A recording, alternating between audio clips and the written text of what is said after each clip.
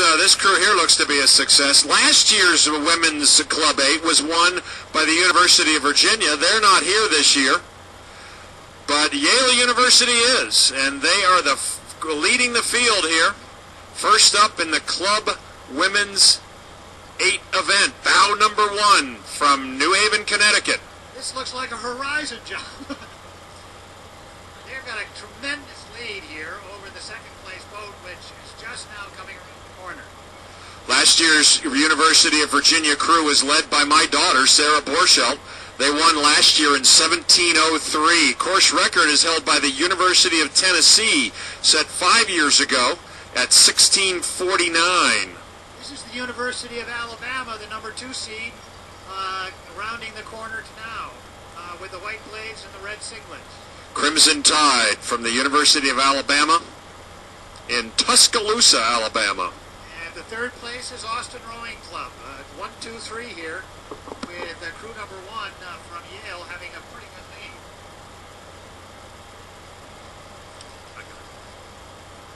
Bow number 3 next. Bow number 3. Round number 3 is Austin Rowing Club. This is the 4th year in the Women's Club 8. Princeton, bow 5. Bow 5. For this crew from Austin. And then we have a break in the action. So we've seen 1, 2, 3, and now we have boat number 5. Fat Cat. Fat Cat Rowing. They have fat on their backs. And as you can see, it's pretty funny here. Their dark jerseys have the word FAT on the back. Is that an acronym, Fred? I don't know. The Yukon. Bow 6. Yukon is in bow blue. 6. University of Connecticut from Stores in bow plate position number 6. And then here comes bow number 4. River City. River City Rowing Club from Sacramento, California. Bow 7. Radcliffe. So number 7 now coming into view is in white jerseys is Radcliffe. Really, we would expect them to be rowing in black and with their characteristic black and white oars, but here they are in a black Vespoli with white blades. This is Radcliffe, the distaff side of the Harvard rowing program. Number 9, Holy Cross coming around now. Number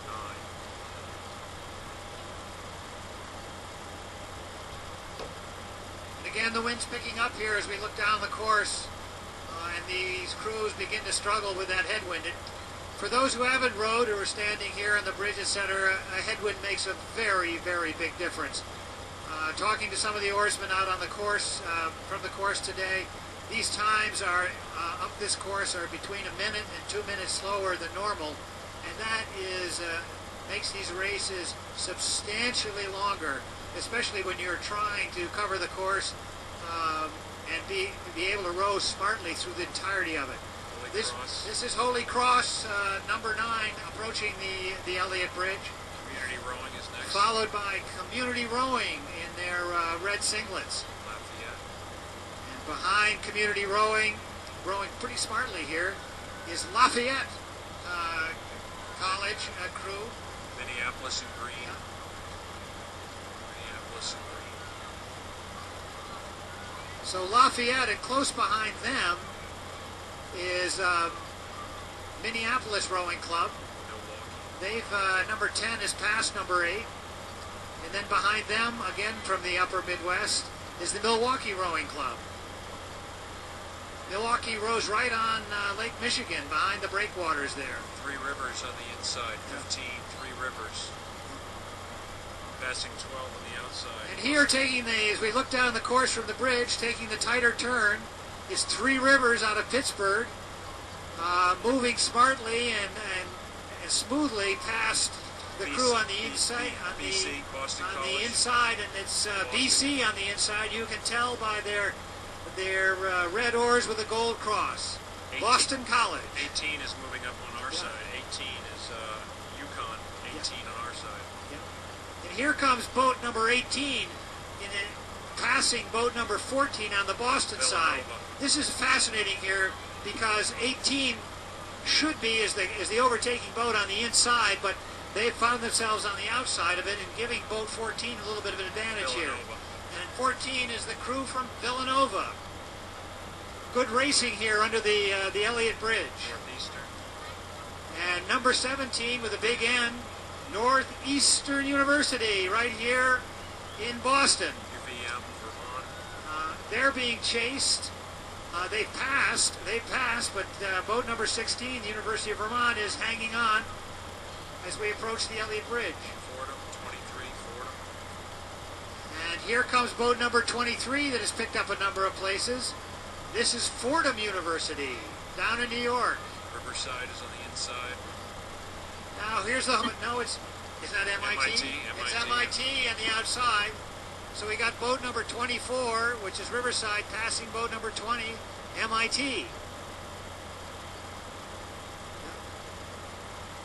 It's great to see these boats rowing stroke for stroke underneath the Elliott Bridge. And here comes Anacostia from Washington, D.C. Boat number 19, I think. 18 or 19? 19. Rowing a little lower stroke than some of the others, but nonetheless moving smoothly.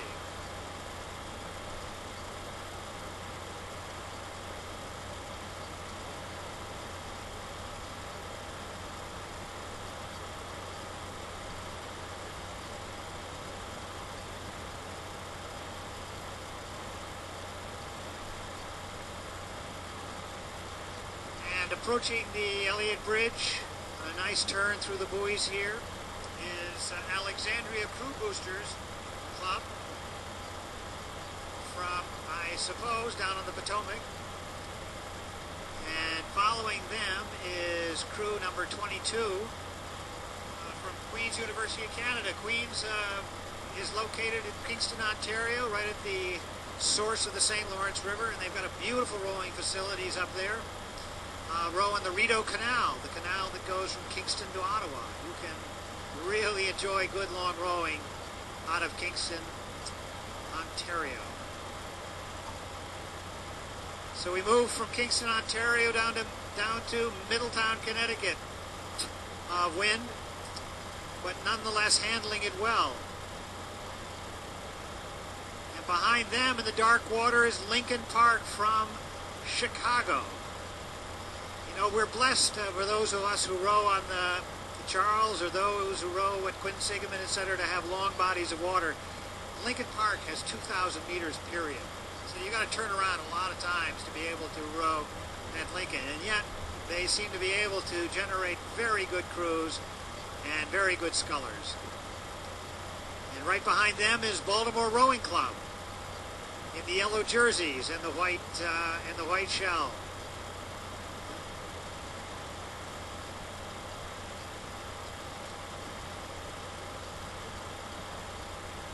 Baltimore, we move a little upstream to Philadelphia, and this is University Barge right from Boathouse Row on the Schuylkill. Matter of fact, Fred, next weekend I think is the head of the Schuylkill, and many of these crews will be plying the waters of the Schuylkill next week to improve their performance from here on the Charles.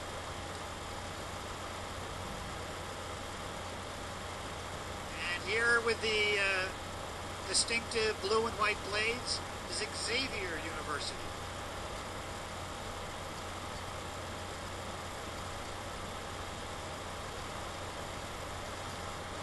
Rowing at fairly low stroke, controlled.